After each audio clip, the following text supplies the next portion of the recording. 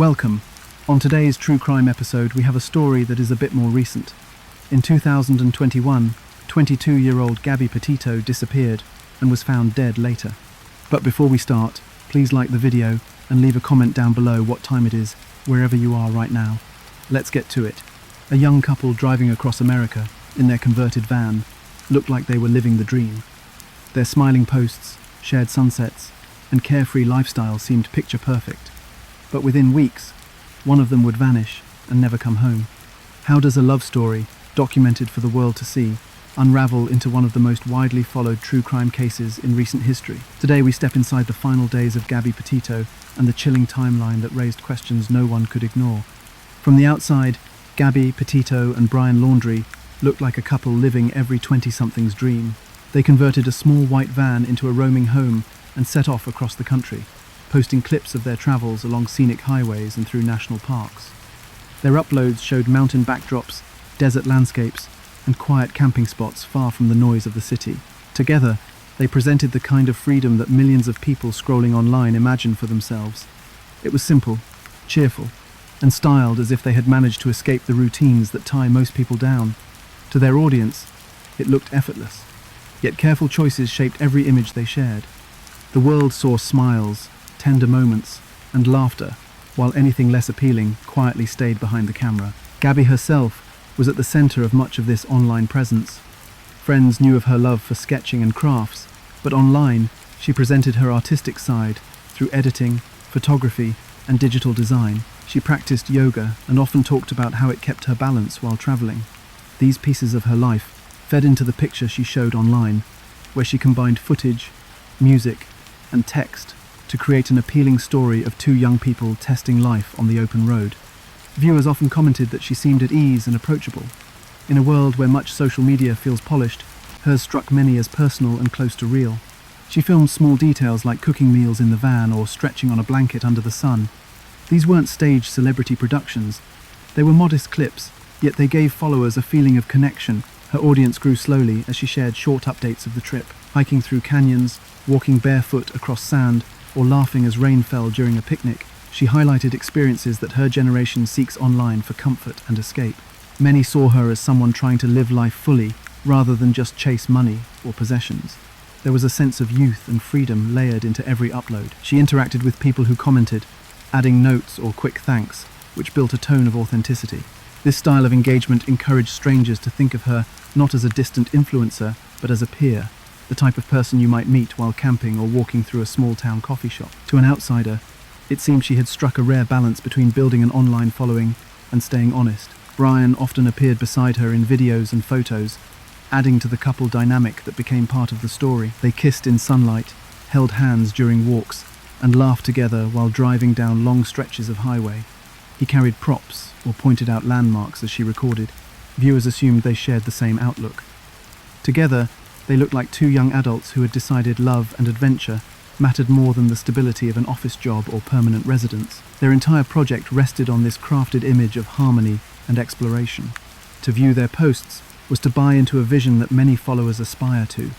Travel with someone you love, share it online, and live without the weight of routine expectation. But as strong as the narrative appeared, everything people saw passed through careful curation. That meant that difficult moments, arguments, stress from sharing a tiny living space, and fears about the future did not appear. Social media, by design, often showcases highlight reels rather than the full story. In Gabby's case, this difference became tragic because the public assumed the dreamlike tone matched the reality. Behind the screen, though, tensions grew that no snapshot or video revealed. Any doubts were hidden by the glow of golden hours and relaxed smiles in their posts. These gaps mattered because the parts that never made it online turned out to carry far more weight than the cheerful moments left in. For those watching from afar, there were no hints of distress. Posts continued to share trails, camp meals, and creative sketches. People trusted the version they were given because Gabby herself came across as transparent and responsive. She answered comments about destinations, offered tips, and laughed at light-hearted messages. Her online persona therefore stood not as a wall between her and her audience, but rather as an open channel. She seemed like a modern peer documenting a lifestyle and letting others see it unfold naturally. It was this perceived sincerity that kept viewers invested. treating every new upload like catching up with a friend's journey. Ironically, the stronger this connection felt, the more shocking it became later, when evidence showed how different life inside that van truly was. When someone builds a following based on relatability, the expectation is that the camera reflects truth. In Gabby's story, that assumption obscured the reality.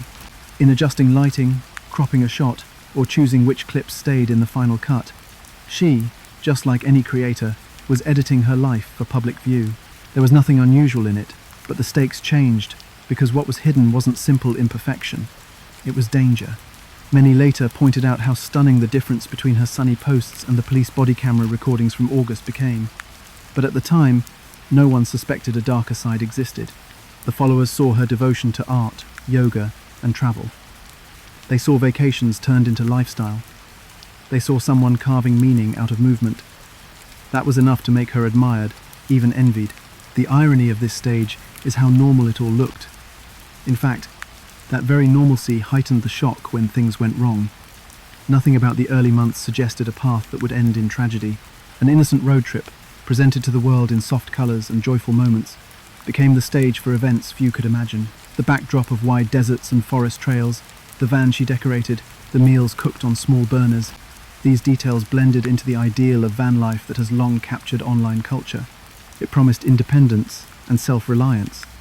Yet within that controlled narrative, warning signs failed to surface publicly. The divide between what millions saw on their screens and what actually took place within the van grew until the contrast became impossible to ignore. This is what makes the story both captivating and devastating. The project began as a celebration of freedom, art, and youth. It drew in an audience that believed in the couple's image. But while the road stretched outward into wide horizons, the private world inside narrowed under unseen pressures. The curated picture became more convincing than the truth, which leads to the central question, the one that changed everything. When did the cracks first begin to show? On August 12, 2021, a small-town police department in Moab, Utah, came face-to-face with Gabby Petito and Brian Laundrie for the first time. That afternoon, a call came in to emergency dispatch about a possible domestic disturbance. A 911 caller reported seeing a man slapping a woman and chasing her up and down the sidewalk. The caller said the woman appeared frightened. For those who only knew Gabby through her cheerful posts, this detail was difficult to reconcile. Until then, the road trip had been presented as an adventure free of conflict. But this was the first documented account that pointed to another reality playing out inside the van. When police officers stopped the couple near the entrance to Arches National Park, they saw a white van swerving toward the curb. Inside, they found Gabby crying in the passenger seat and Brian behind the wheel. Their accounts of what had just happened varied. Gabby admitted that she had been stressed, explaining she suffered from anxiety and that she had struck Brian during an argument. Brian, in contrast, emphasized his frustration with her behavior while maintaining a calmer tone with the officers. Observers later noted how Gabby apologized repeatedly, saying she was sorry for losing her temper and worrying aloud about being seen as the troublemaker. She appeared distraught while Brian seemed more outwardly composed, though also visibly annoyed. The officers did not treat the situation the way the 911 caller had described it. Instead of documenting it as domestic assault, they recorded it as a mental and emotional health issue. Their decision created controversy after the case drew national attention. The public later debated whether law enforcement had missed an early opportunity to intervene. At the time, the officers appeared focused on easing tension between the couple. They spoke with both individuals separately, asked questions, and tried to assess who posed the greater risk to whom. The result of their assessment was a decision to separate them for the night, rather than take anyone into custody. Gabby was left with the van, while Brian was taken to a hotel arranged through a community assistance program. The officers told them that staying apart could give them space and calm things down. Their report noted that Gabby struck Brian first, though witnesses had described the opposite. This uneven narrative raised questions about what truly occurred on that sidewalk in Moab. Some bystanders believed they had seen Brian act aggressively. The official police report, however, leaned heavily on Gabby's own self-blame and framed her as the primary aggressor. The mismatch between witness accounts and the written documents created a cloud of uncertainty that never fully cleared. For Gabby, those hours in Moab left a heavy mark in hindsight.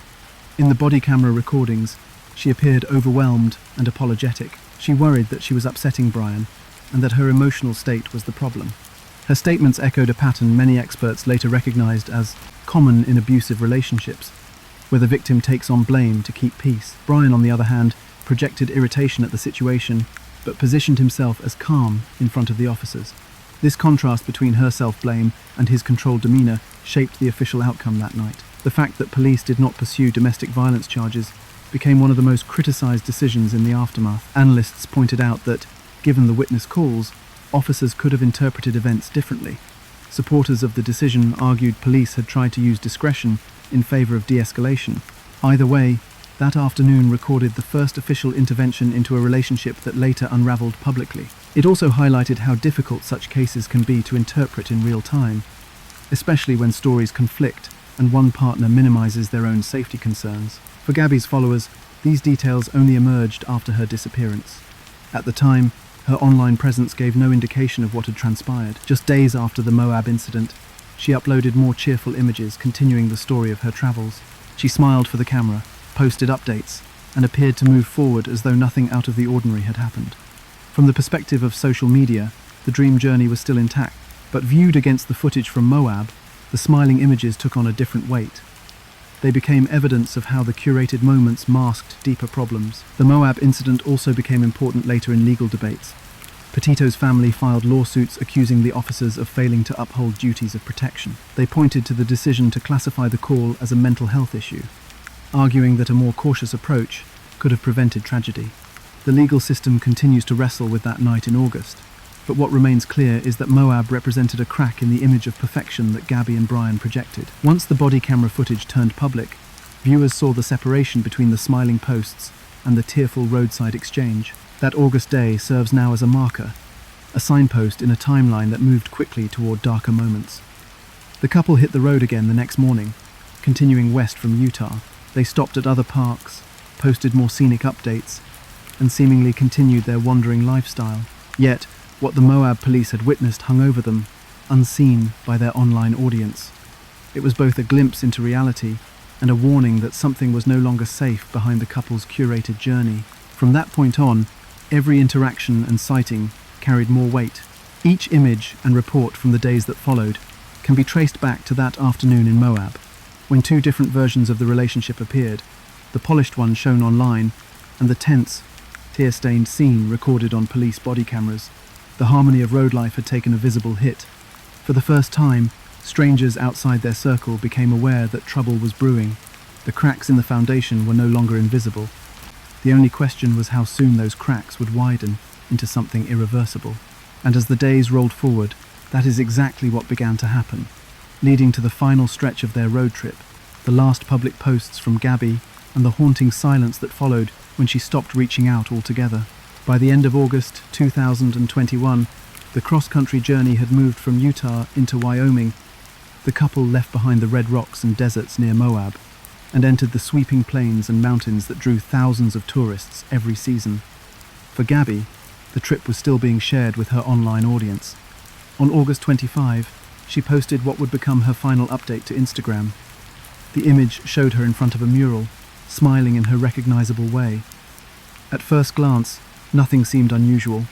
For followers who had been watching along from the start, it looked like just another update from the road.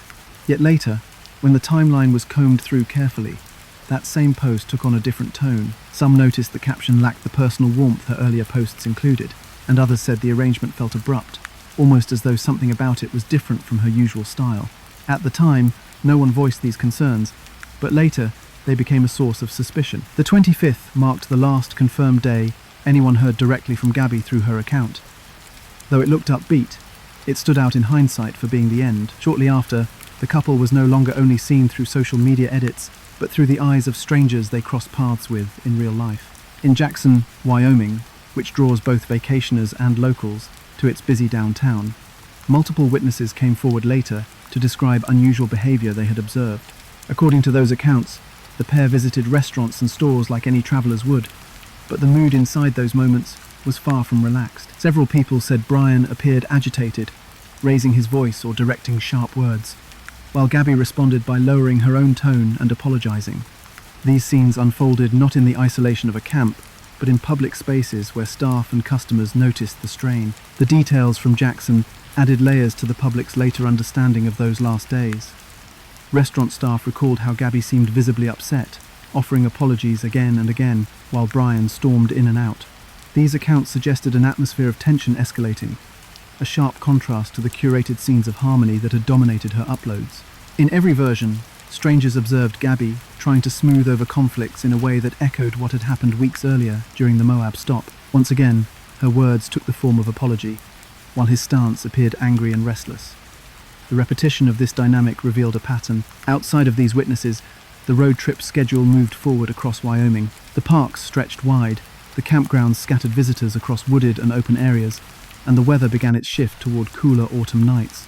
Travelers who passed through noted sightings of their van at camping areas, sometimes recognized by the distinct markings specific to it. These chance encounters would later form part of the evidence chain, documenting how far the couple had traveled and where they had set up camp.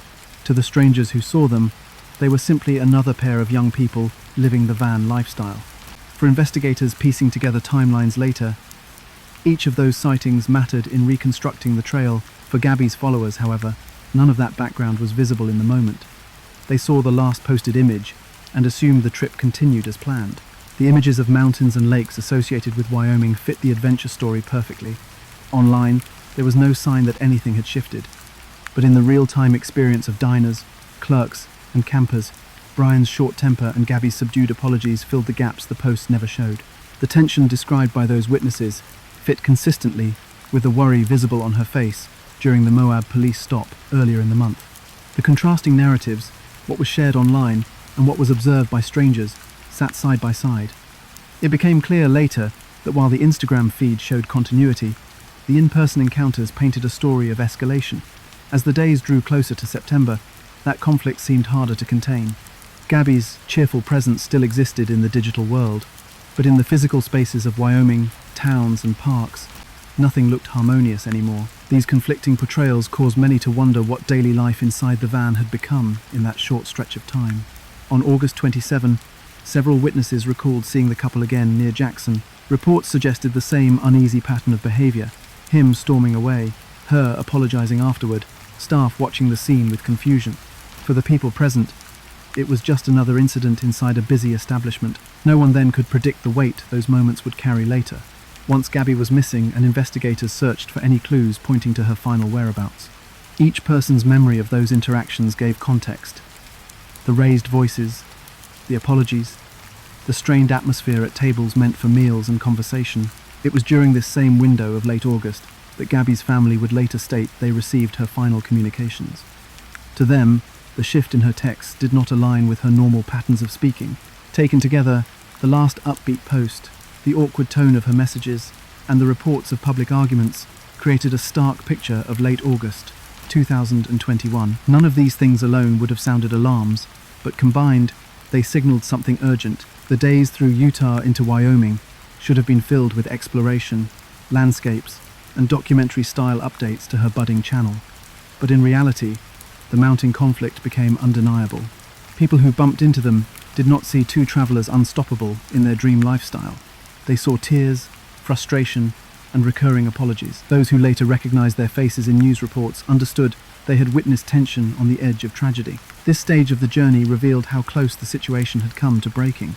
The smiling post on August 25 now marked not just another day on the road, but the last public record of Gabby's life, as she had shared it herself. After that, everything passed through the filter of witnesses and investigators. The unraveling sped up in these final days, moving from strained meals in restaurants to the silence of no further authentic messages from Gabby.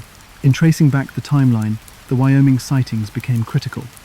They showed where conflict escalated and how Gabby herself tried to diffuse each flare-up, reinforcing her role as the apologetic one.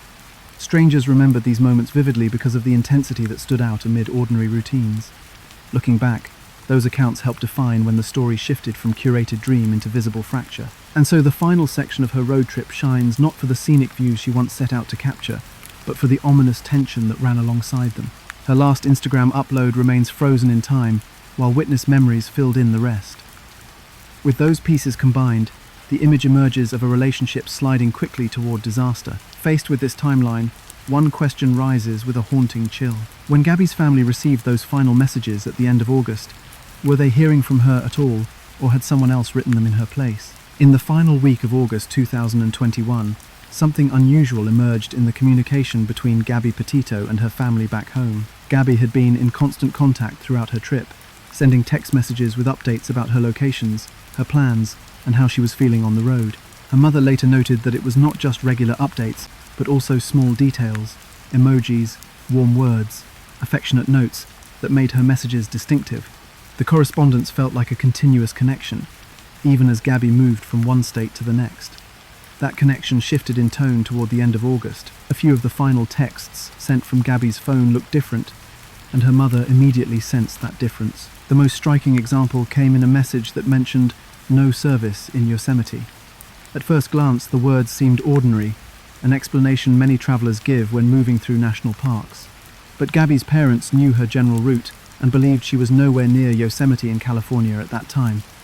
By then, her last known images placed her in Wyoming. The mismatch raised alarm after the fact, because the explanation did not line up with her schedule or travel plans.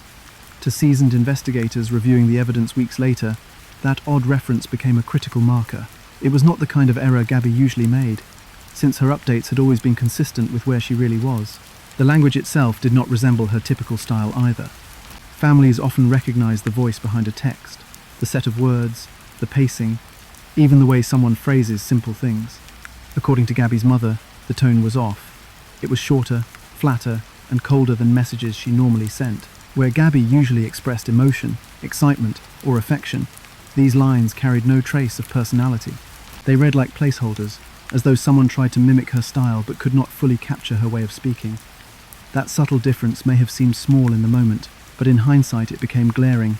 It was not just that single message that drew questions. The flow of her digital contact had been steady, filled with reassurances, check-ins, and loving notes. Her parents were used to hearing from her frequently, sometimes even multiple times a day, especially while traveling. By late August, that rhythm broke. The final batch of texts looked strange not only in content, but also in timing. Some came too abruptly, others contained information that made little sense given her last known movements. It was a pattern shift, and parents of adult children often recognized those shifts instinctively. The family began asking themselves whether Gabby had actually written the words at all. The possibility began to grow that Brian, having possession of her phone, sent those messages in an effort to cover time while something far more serious had already taken place. If that suspicion were true, then the final contact Gabby's family thought they had with her was never actually from her. For them, the thought of reading words typed by someone else, pretending to be her, remains one of the most disturbing details. The small glow of a text notification, once an assurance of her safety, transformed into a sign of loss. By the time investigators reviewed the full timeline, these discrepancies became central questions in the case. The texts showed up in phone records, but unlike spoken calls or video chats, there was no way to confirm who had been holding the device when they were sent. Digital traces only proved that the phone was active, not that Gabby herself was alive to use it. Without her usual phrasing and warmth, the words seemed hollow. They offered no reassurance to the family now combing through every detail, trying to make sense of what happened in those final days of August. The message about Yosemite stood out most because of its geographic inaccuracy. Yosemite National Park lies in California, hundreds of miles west of where Gabby had last been seen in Wyoming. At no point in the itinerary had she mentioned such a detour, nor had her social media suggested a shift to California. Followers of her trip traced her steps through Utah and into Wyoming, not deeper west. The introduction of that location into a text made the message look like a fabricated excuse, an awkward attempt to cut off suspicion by blaming a lack of cell service. But instead of easing tension, the oddity only increased doubt. The last verifiable point of personal contact occurred before those texts. After August 25, when Gabby posted her final Instagram photo, the gap between her authentic expression and the impersonal messages stretched wide. Her mother, in particular, held on to a feeling that something about the communication was wrong. When parents describe that unease, it often comes down to a deep familiarity with the small ways loved ones present themselves. Gabby's lightness, her playful touches, her use of affectionate words were absent. What replaced them looked empty. In the investigative record, those final texts carry sharp significance. They represent the last digital signal from Gabby's phone, but more than that, they symbolize the moment when her family's connection with her was severed. The mechanical words marked the start of silence that grew unbearable in the days that followed. As September began, her family's worry turned into full suspicion that something had gone terribly wrong. The gap between her usual behavior and the flat notes of those messages left no comfort, only concern. From the family's perspective, the absence of calls afterward made the uneasiness worse. Gabby was not unreachable for long spans of time before. Even if service failed, she routinely followed up once, connected again, showing gratitude and warmth. That pattern did not resume. After the peculiar texts, no voice calls came, no videos, no proof of life. The threads that had tied her daily life to her family vanished into stillness. That silence, more than anything, convinced them that Gabby herself was no longer the one sending those words. For investigators, contrasting these final texts with earlier communication provided insight into possible timelines. If Gabby did not send them, then by the time that phone lit up with outgoing messages, she may no longer have been alive. That potential shifted their analysis of locations, sightings, and witness reports. The chilling realization was that the family may have already lost her, even as they received what looked like fresh updates. The most haunting part of the story is how those texts became both the last thread of contact and the first major sign of deceit. On the surface, they appeared to offer reassurance by explaining away silence. Instead, they exposed a new channel of suspicion that pointed directly at Brian.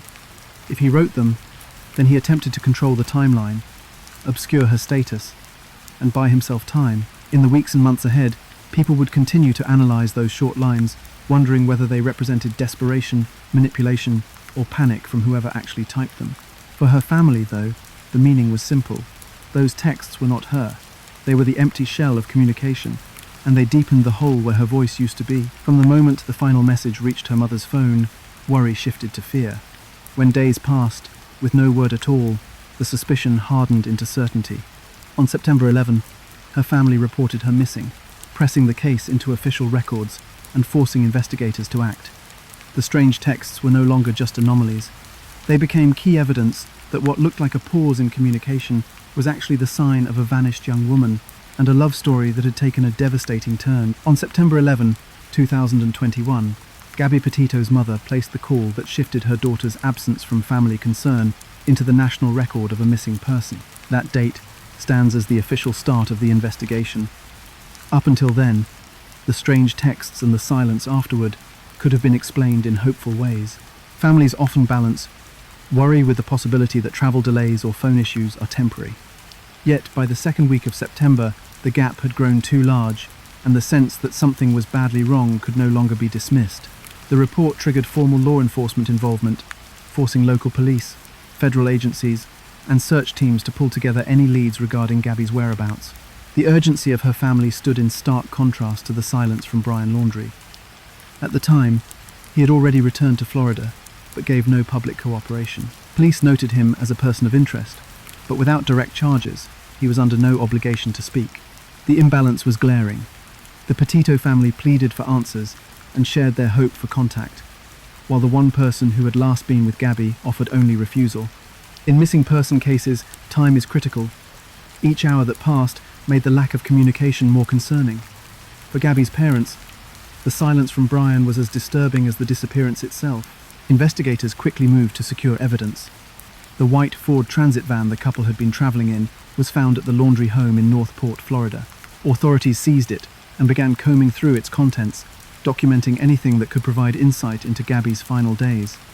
Technicians examined digital devices, memory cards, and gathered fingerprints from surfaces.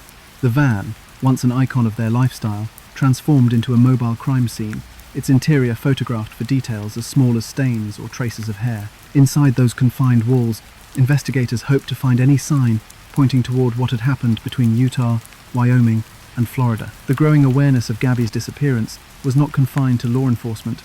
Community members across multiple states began recalling encounters, trying to piece together where the couple had been seen and when. Reports surfaced from fellow travelers who remembered glimpsing the van parked at campgrounds. Others came forward, describing the conflict they had observed inside restaurants or on the roadside. Each of those memories turned part of the public into eyewitnesses.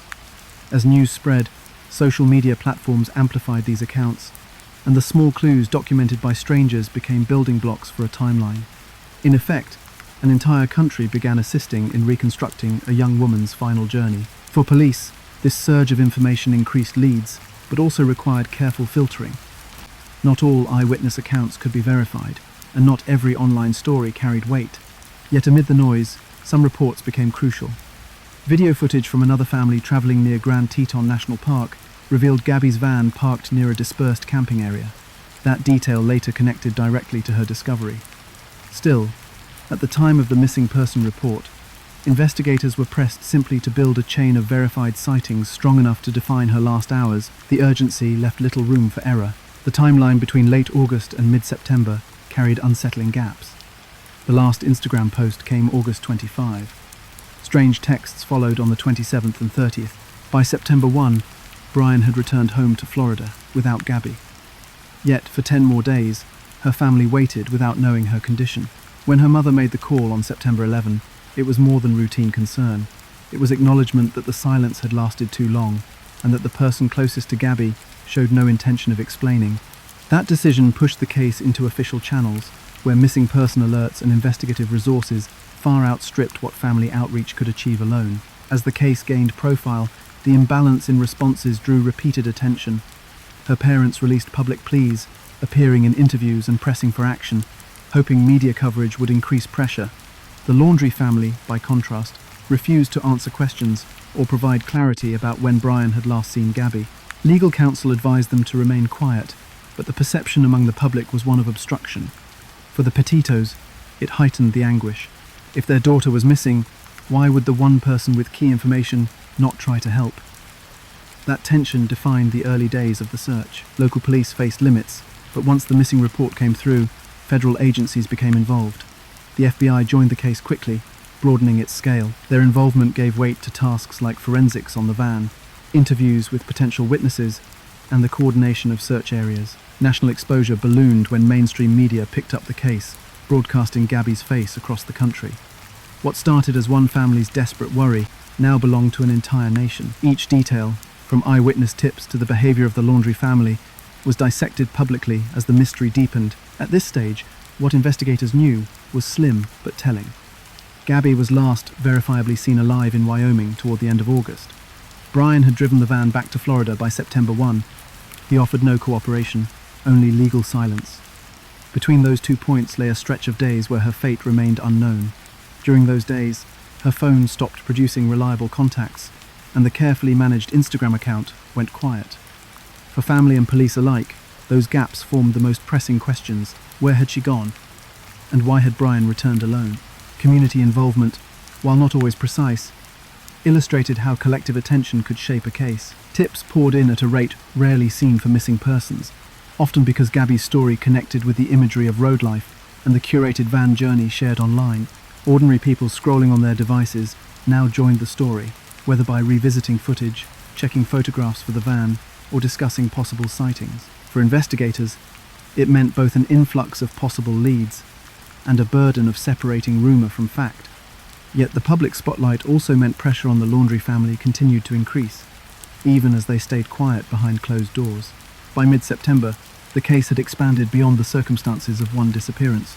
It involved multiple states, federal agents, the national press, and a rapidly angered public who demanded to know why the primary person of interest resisted questioning. The Petito family's private fear had become a matter of American headlines, each update broadcast to millions.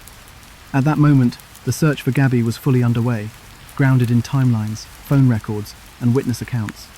And with attention building, another layer folded on top of the mystery, because soon Brian Laundrie himself would vanish, forcing investigators to split their focus between not one missing person, but two.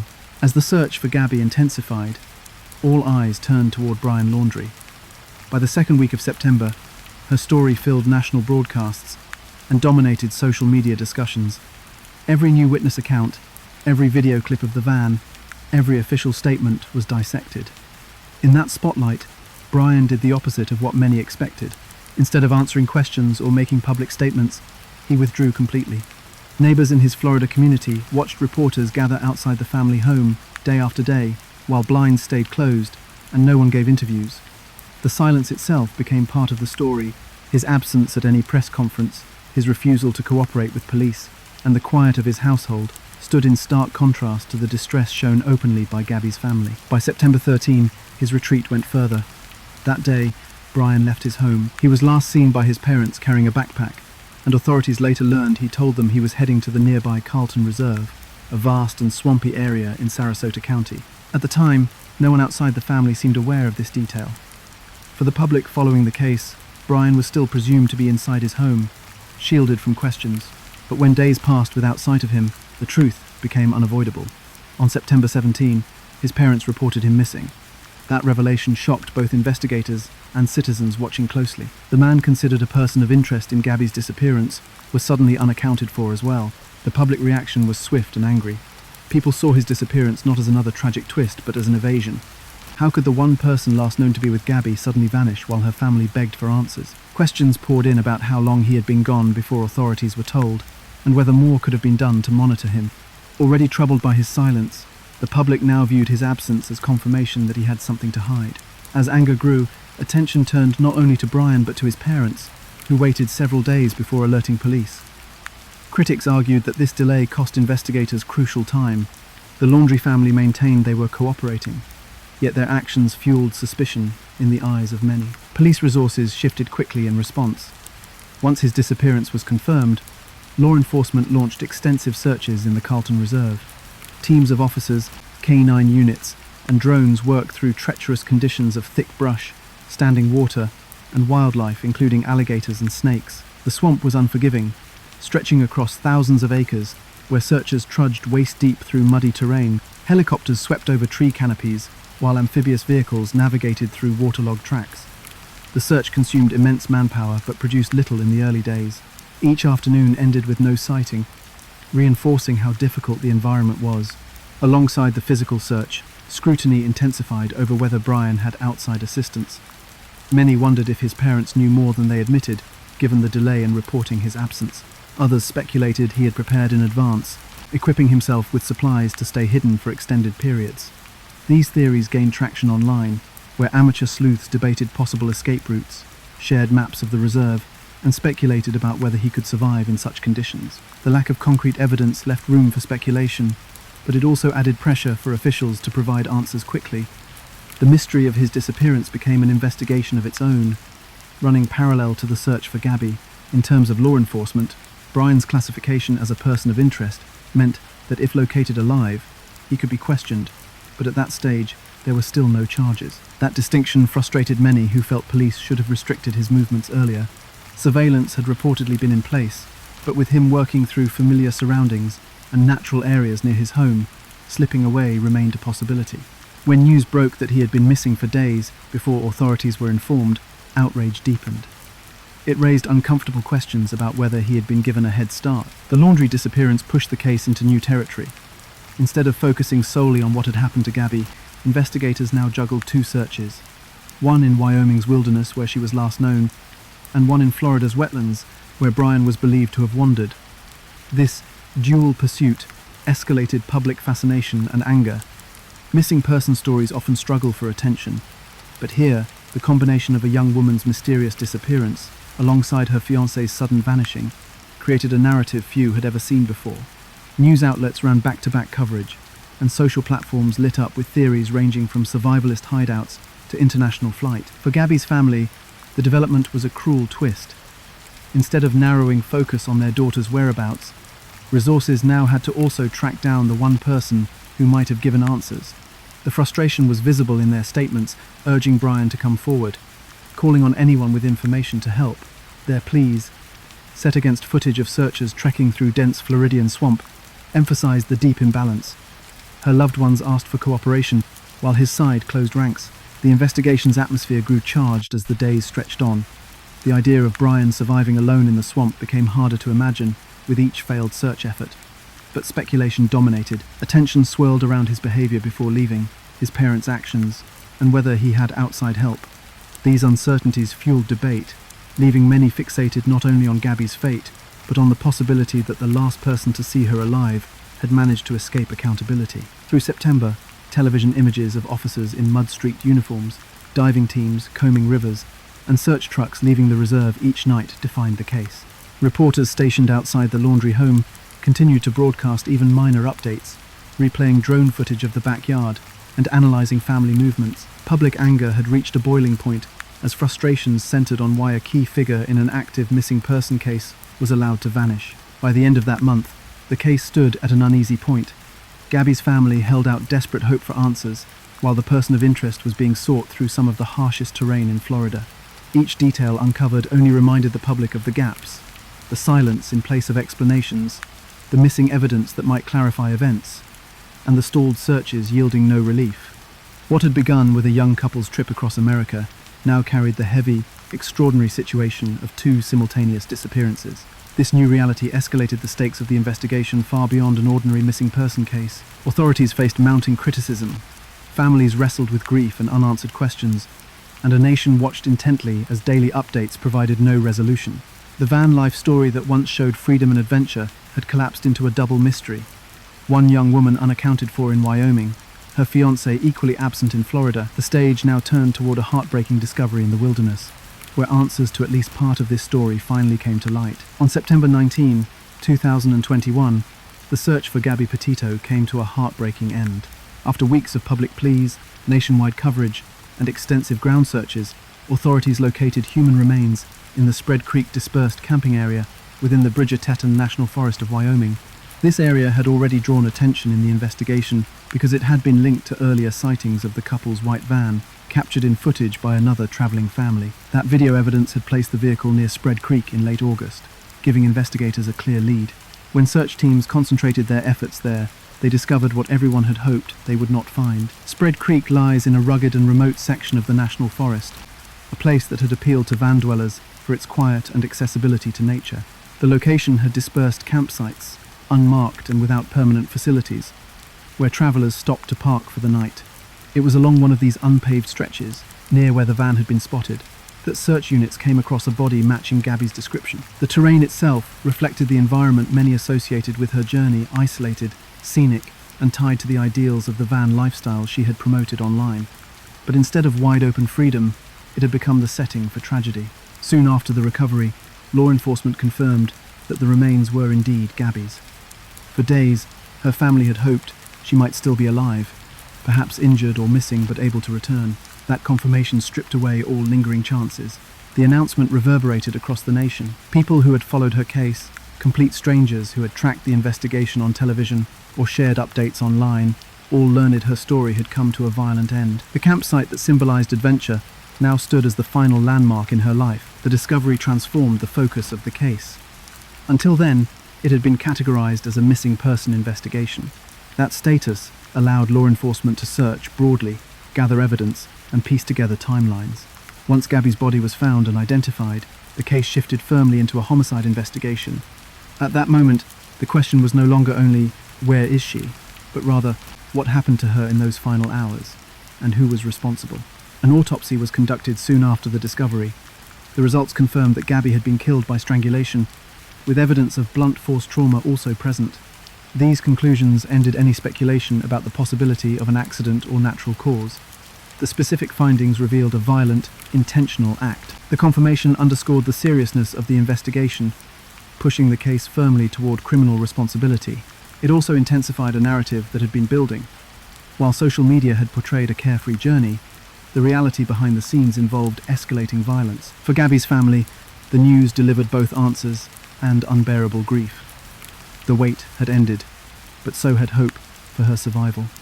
For the millions following from afar, the autopsy details established the story as one of domestic violence leading to murder, not simply a disappearance. Viewers who had been introduced to Gabby through carefully edited videos and smiling photographs now absorbed the knowledge of the brutality that ended her life. That contrast fueled conversations across the country about unseen dangers hidden beneath seemingly normal relationships. Law enforcement returned to Spread Creek to search further, mapping the site for any additional evidence. They documented the area surrounding her remains, searched for clothing, personal items, or traces that might connect to the events of late August.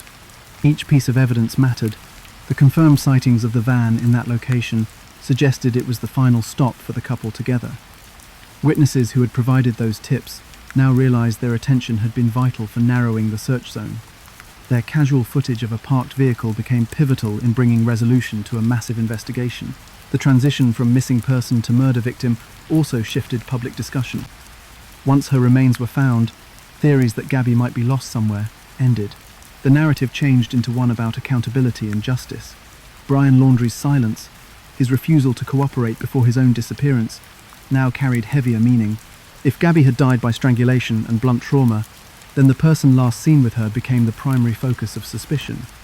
Police officially confirmed that Brian was the sole person of interest. Yet, at the same time, he was nowhere to be found, having vanished into the wilderness back in Florida. The discovery intensified anger at the Laundrie family. Many had already questioned why they had waited days to report Brian's absence to authorities.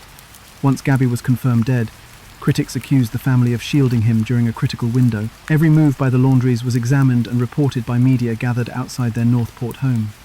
The police presence grew, and the swampy Carlton Reserve, searched by law enforcement, became the second active scene in a case now spread across 2 states. Gabby's death also left a cultural impact. News outlets replayed footage of her smiling on camera, editing videos for her budding audience, juxtaposed against images of the site in Wyoming where her body was found. The contrast highlighted the vast difference between curated online life and private reality. People across the country mourned her as though they had known her personally, a reaction fueled by the intimacy of the content she had shared.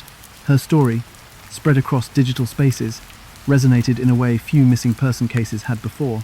The autopsy report became central evidence for what investigators pursued next. It closed the debate about whether Gabby's fate might have been accidental. It established criminal violence. That fact meant there had to be accountability, even though at that stage the suspect most closely connected to her was already missing. Her case turned into both a murder investigation and a manhunt. Searchers in Florida pursued traces of Brian, while federal authorities prepared for the possibility of charges that could only be presented if he was located alive. For Gabby's family, the confirmation meant funerals and mourning, tasks they had never expected when they waved her off on a trip only weeks earlier. Memorials spread across her hometown of Blue Point, New York, where vigils brought out crowds carrying candles, posters, and photographs. The community surrounded her family with support, even as they faced cameras capturing every step. Her name, face, and story had become deeply embedded in public consciousness. Each update about investigations into Brian or reports from law enforcement circled back to the loss confirmed in Wyoming. The discovery at Spread Creek closed the question of where Gabby was, but opened wider questions about what exactly had happened in her last hours. The violent nature of her death outraged the public and intensified calls for accountability. Detectives, FBI agents, and analysts continued to gather digital and physical evidence, but the uncertainty of Brian's location overshadowed each step. The twin searches for clarity about her final hours and for the missing fiancé moved forward side by side, each one dependent on the other for resolution. The campsite that became her final location represented the collapse of a dream. What started as a project to record love and freedom on the road ended in isolation, violence, and silence among trees and dirt roads far from home. On September 19, the search for Gabby stopped being about hope and became about justice. From that point forward, the case zeroed in on Brian Laundrie's fate, and soon on the curious discovery of his own final words, recorded in a waterlogged notebook. On October 20, 2021, search teams in Florida discovered human remains in the Carlton Reserve, the same swampy expanse where Brian Laundrie's parents had told investigators he had gone hiking weeks earlier. The reserve had been combed for over a month, with no results. That morning, after heavy rains had receded, his parents joined law enforcement in the search once again. Within hours, items belonging to Brian were located along a trail. Nearby, skeletal remains were identified, later confirmed by dental records to be Brian Laundrie. The discovery closed one part of the mystery but sparked new questions. His condition and the place he was found underscored how difficult the Carlton Reserve's terrain was. Large areas had been underwater during earlier searches, making recovery difficult until water levels dropped. The items collected at the scene included a dry bag, a backpack, and a notebook. The presence of the notebook drew immediate attention, because it potentially contained something no one else could provide: Brian's own explanation. The notepad had been waterlogged, sitting in the swamp since his disappearance, but investigators were able to preserve and examine its contents. In it, they found written confessions. Brian admitted to killing Gabby. The words offered a form of clarity about responsibility, but the details inside complicated how the public and investigators interpreted his actions. In the notebook, Brian claimed that Gabby's death was not done in cruelty, but as what he described as an act of mercy. He wrote that she had been injured and that he ended her life as a way to end her suffering. This statement immediately sparked debate.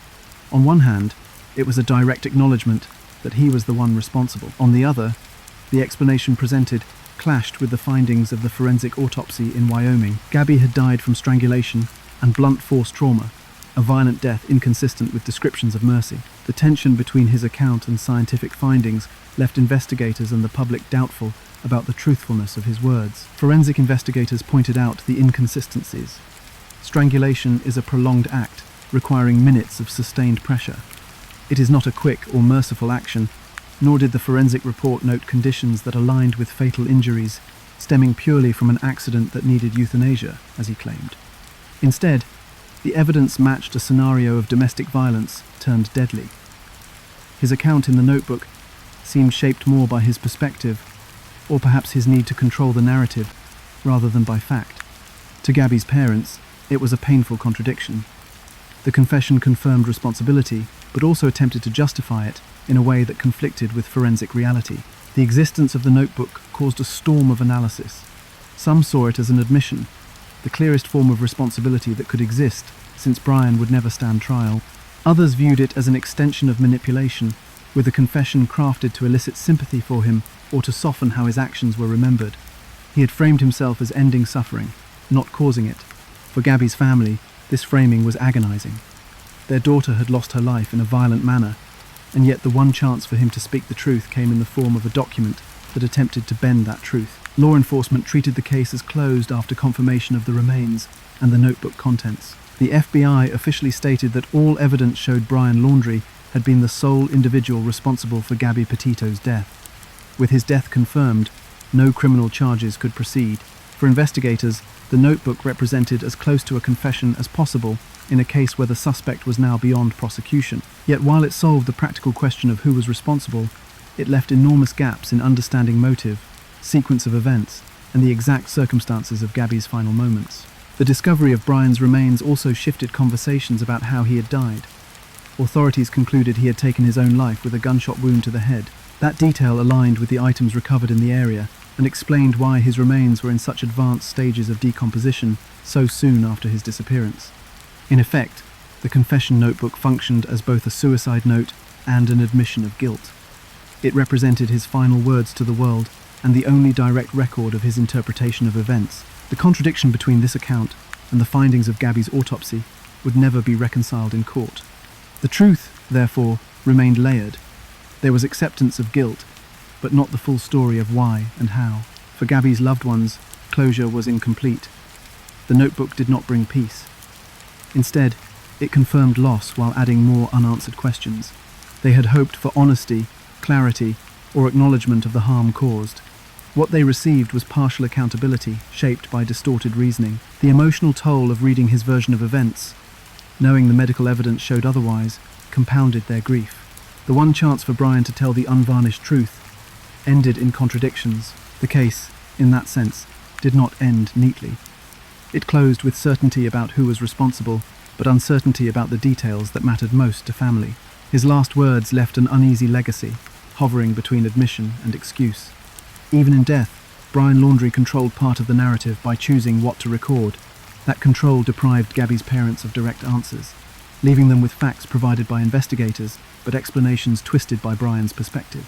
This tension flowed outward into the public debate as well. People across the country discussed whether the notebook should be treated as a real confession, a distorted version, or simply a way for him to say whatever he wanted without contest. Television panels and online forums debated the significance of his chosen words. Advocates for victims of domestic violence highlighted how the explanation mirrored common patterns where abusers frame themselves as caretakers rather than aggressors. The notebook, rather than resolving the story, became another symbol of how hidden violence continues to be misunderstood or misrepresented. The contradictions highlight the limits of closure in cases shaped by intimate partner violence. Confessions cannot always be trusted. Law enforcement can establish responsibility, but the deeper human questions, why someone acts in violence, why they rewrite events in their final words, cannot always be answered. For many, Gabby's story became not only about one crime, but about recognizing those patterns of denial and manipulation that appear in abusive dynamics. The recovery of Brian and the notebook brought the criminal arc of the case to an end. Gabby Petito had been murdered by Brian Laundrie. That fact was established. But the unclear lines between truth and narrative ensured the story remained unsettled. Responsibility was clear. Motive, honesty, and context were left murky. In the aftermath, attention shifted again, away from forensic detail and into the wider impact that this case had on society, media, and the way the public now talks about missing persons and domestic violence. The trial that never happened was replaced by discourse in the public square, and with the discovery of his final words, the nation turned not just to the crime but to the reaction, asking how social media, news coverage, and cultural bias shaped the way Gabby Petito's name became impossible to ignore. The news of Gabby Petito's death did not remain a private tragedy. Within days of her remains being identified, headlines across the country carried her face. Television stations led broadcasts with her story, online outlets ran continuous updates, and social media platforms kept her name trending. Millions of people who had never met her began to follow each moment of the investigation in real time. The mix of her age, the nature of her disappearance, and the unfolding drama involving Brian Laundrie turned the case into one of the most widely covered stories in America that year. It evolved from local reporting into a national spectacle almost overnight, with interest that spread far beyond the borders of Wyoming or Florida. On platforms like Twitter, TikTok, YouTube, and Instagram, the story became almost unavoidable. Accounts dedicated entirely to tracking the case sprung up, dissecting details from news conferences and analyzing footage from body cameras, witness videos, and even old posts on Gabby's own accounts. Ordinary people styled themselves as investigators, posting timelines and maps that attempted to trace the couple's path across the western states. Some discussed license plate sightings. Others brushed through hours of video content posted by unrelated travelers, hoping to identify the van in the background. The online environment turned into an open forum where anyone could contribute information, theories, or in some cases, rumors presented as fact. This shift gave the case unusual traction, but it also created sharp tension. While some online sleuths offered valuable leads, such as the family who discovered footage of Gabby's van near Spread Creek, a tip that drew investigators to the site where her body was later found, others spread misinformation. False sightings were reported, photos of unrelated vans circulated, and speculation about both Gabby and Brian often drifted into invasive directions. Friends and extended family suddenly saw their personal accounts poured over by strangers. Some users promoted conspiracies that misled the public rather than helping the investigation. The quick pace of social media blurred the line between fact and opinion, and while some insights proved useful, many others wasted law enforcement's time. The balance between help and harm defined this digital storm. On one side, millions of people felt connected to the search effort, convincing themselves their voices mattered. On the other, investigators had to filter an immense flood of unverified claims. For those directly involved, the scale of online attention was overwhelming. Families pushing for answers had to give interviews under the weight of cameras, while also watching strangers online debate their personal lives. The case had entered the stage where true crime was no longer the domain of law enforcement and journalists alone. It was now shared, analysed, and amplified by a community of millions who participated from behind screens. Alongside the sleuthing came broader conversations about why Gabby's story had received such fierce and widespread coverage compared to others. Commentators framed this debate through the idea of missing white woman syndrome. The term referred to the disproportionate attention that cases of missing young white women receive from media outlets, contrasted against the limited coverage given to missing people of color, indigenous women, or men of any race. This case was not the first time the issue was raised, but the sheer volume of coverage made it a dominant part of the national conversation. Some activists highlighted statistics showing how indigenous women in Wyoming disappear at much higher rates, with their cases often ignored. Others pointed out that missing persons of color seldom gain national airtime. In Gabby's case, the mix of her age, social media presence, and the striking visuals tied to her story captured mass attention, while dozens of other active missing persons investigations received little notice. The attention her case generated forced journalists to reckon with how editorial choices create uneven narratives about whose lives are seen as urgent and whose are overlooked. The debate spread across media panels and into social commentary, turning Gabby's tragedy into both an individual case and a cultural mirror. For Gabby's family, the focus offered visibility but came at a cost. Their grief unfolded live, under flashes of cameras and endless interviews. Privacy withered under the interest of millions. While they were grateful for help in finding answers, They also endured speculation that tore apart private details of Gabby's life. Every post she had shared became evidence for strangers to analyze, often without respect for the person behind it. This phenomenon highlighted the uneasy relationship between sharing lives online and how those lives are consumed when tragedy strikes. Oversharing, or even just routine posting, turned into a permanent archive scrutinized by the public long after her death. The media storm also fueled divisions over responsibility. Some argued that the attention helped apply pressure on both law enforcement and the Laundrie family. Others criticized the spectacle for distracting from quieter cases that deserved resources too. The push and pull reflected a culture fascinated by crime stories but less comfortable examining why certain stories resonate more than others. The mixture of tragedy, romance, a road trip, and curated social media made Gabby's case compelling to the public, whether or not anyone wanted to admit why. The constant presence of her name in breaking news was not purely sensational. There were practical effects. The pressure led to faster coordination between agencies, greater allocation of resources, and even international attention. Witnesses who otherwise might not have come forward realized their stories could matter in such a high-profile case. Travelers uploaded footage, neighbors recalled details, and timelines filled in with the aid of strangers. The spectacle did not just carry entertainment value, it also influenced how the investigation unfolded. Yet that same spectacle also spread misinformation and directed harassment toward people connected with the families. As weeks turned into months, Gabby's case remained a major story despite new news cycles. Documentaries, special reports, and think pieces appeared across networks. The story no longer belonged only to investigators or her family. It belonged to an entire public that used it to examine digital culture, media bias, and the place of true crime stories in society. This level of fixation illustrated both the potential and danger of crowdsourcing investigations. Awareness could create leads, but it could also distort reality.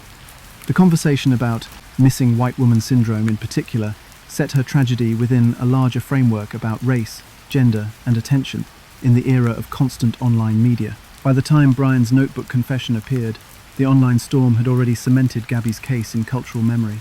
Millions had participated in shaping the story before the outcome was even clear. This massive involvement represented both collective interest and unresolved questions about fairness in coverage.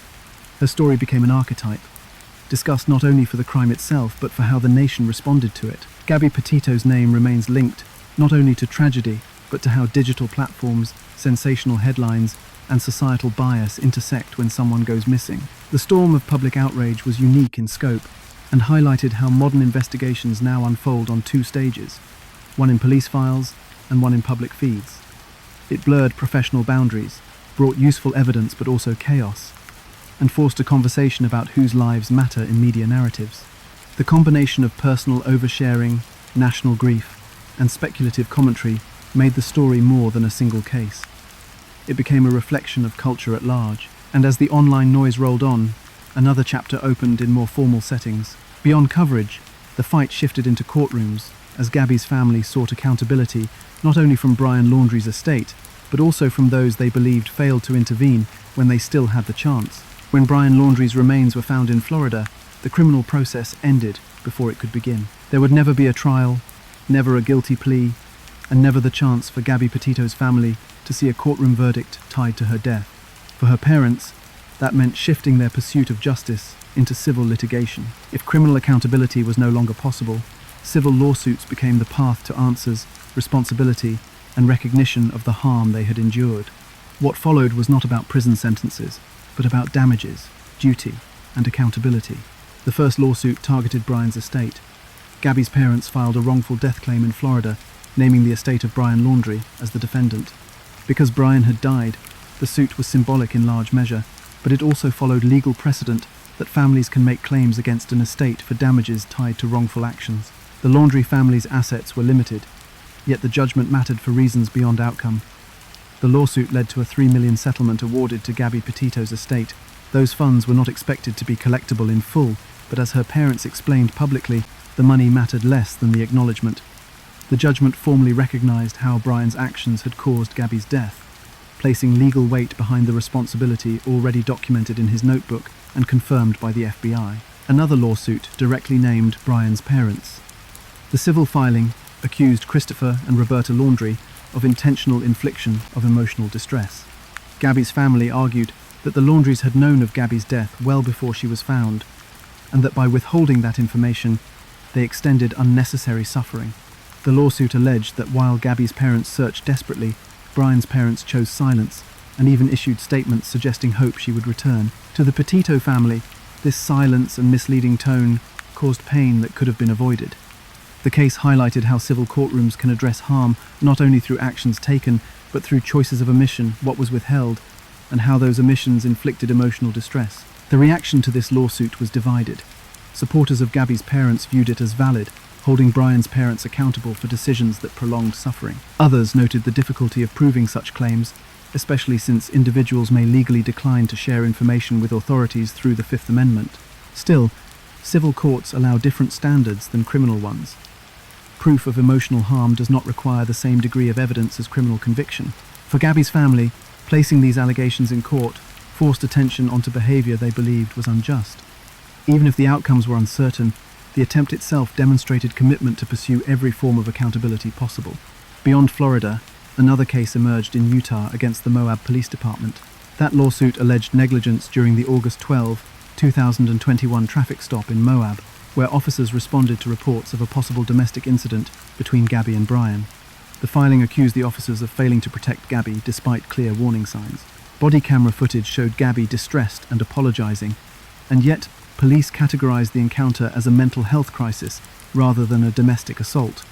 The lawsuit asserted that had the officers handled the call differently, Gabby's life might have been saved. By not following proper protocols, the suit argued, law enforcement failed in their duty. The Moab lawsuit was significant because it placed responsibility not just on Brian but on institutions tasked with protection. Domestic violence experts later criticized how officers on that day assessed the scene. Witnesses had described Brian as the aggressor, yet Gabby's apologetic demeanor shifted the narrative. The officers decided on separation for the night instead of arrest or deeper investigation. The lawsuit argues this represented a missed opportunity to intervene. For Gabby's family, pursuing legal action against the city of Moab was not about blaming individuals alone, but about demanding systemic change. They wanted policies improved so that future victims in similar positions would receive stronger safeguards. These lawsuits together demonstrate how justice looks different when the suspect is already dead. Usually, families rely on criminal prosecution. In Gabby's case, that was never possible. Instead, civil court became the venue where blame, responsibility, and damages were formally addressed. The $3 million judgment against Brian's estate provided financial recognition, though money collected would likely be symbolic. The ongoing suits against his parents and the Moab Police Department continue to raise questions about duty, silence, and the responsibilities owed by families and institutions when warning signs appear. Each legal pathway has highlighted different layers of accountability. With Brian's estate, the suit confirmed his role in Gabby's death. Against his parents, the focus shifted to the emotional harm caused by their choices to withhold information. And against Moab, the suit pressed on the obligation of law enforcement to take domestic violence reports seriously, even when circumstances are complicated. In this sense, the legal battles have served as extensions of Gabby's story, turning her case into not only a personal tragedy, but a legal marker for future reform. What makes these efforts unique is the way they targeted not just individuals, but also broader systems. Family members wanted more than symbolic closure. They sought acknowledgement that missed opportunities had occurred and that those failures were not inevitable. If officers had acted differently, if parents had spoken sooner, the trajectory might have changed. That belief drove each filing and continues to shape how Gabby's case is remembered. Public interest in these lawsuits remained high because they represented the only courtroom proceedings connected to the Petito case. Without a criminal trial to follow, these civil suits became the stage where questions of duty, fault, and justice were argued. Every filing, every hearing, and every judgment received national headlines. People wanted to see how accountability could function even when direct criminal punishment was impossible. For Gabby's family, that spotlight provided a form of advocacy. Their broader mission has been to use this legal visibility to spread awareness about domestic violence as a societal issue, not just a personal story. Ultimately, the path through civil courts reflects how justice is sometimes pieced together in fragments. Emotional harm, financial damages, and institutional negligence cannot undo a life lost. Yet for families left behind, these avenues provide recognition and ensure responsibility does not disappear with the suspect's death. The filings against Brian's estate, his parents, and the Moab police all show how the Petito family pursued every corner where responsibility could be found. While no lawsuit could bring Gabby back, the actions taken kept her story active and meaningful in American courts. They shifted focus from what could no longer be achieved in criminal prosecution to what could still be recognized through civil accountability. These cases emphasize that justice is not only about imprisonment, it is also about acknowledgement and reform. Each ruling, settlement, or argument kept attention on the red flags missed and the pain caused afterward. And in following this trail through courtrooms, the story of Gabby Petito asked a final question of the public. What does her case leave behind? And how should we rethink the way safety, intervention, and honesty matter when the warning signs are there but ignored? Gabby Petito's story showed how easy it is to miss the truth behind carefully curated images. Her online life looked warm and full of adventure, yet hidden tension built into something deadly. What appeared normal on a screen did not reflect her reality. The warning signs remind us that smiles and photographs cannot always speak for themselves.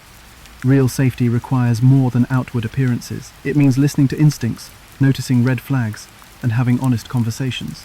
Viewers who followed Gabby's story can carry one lesson forward: value openness in relationships and treat signs of control or fear as serious warnings.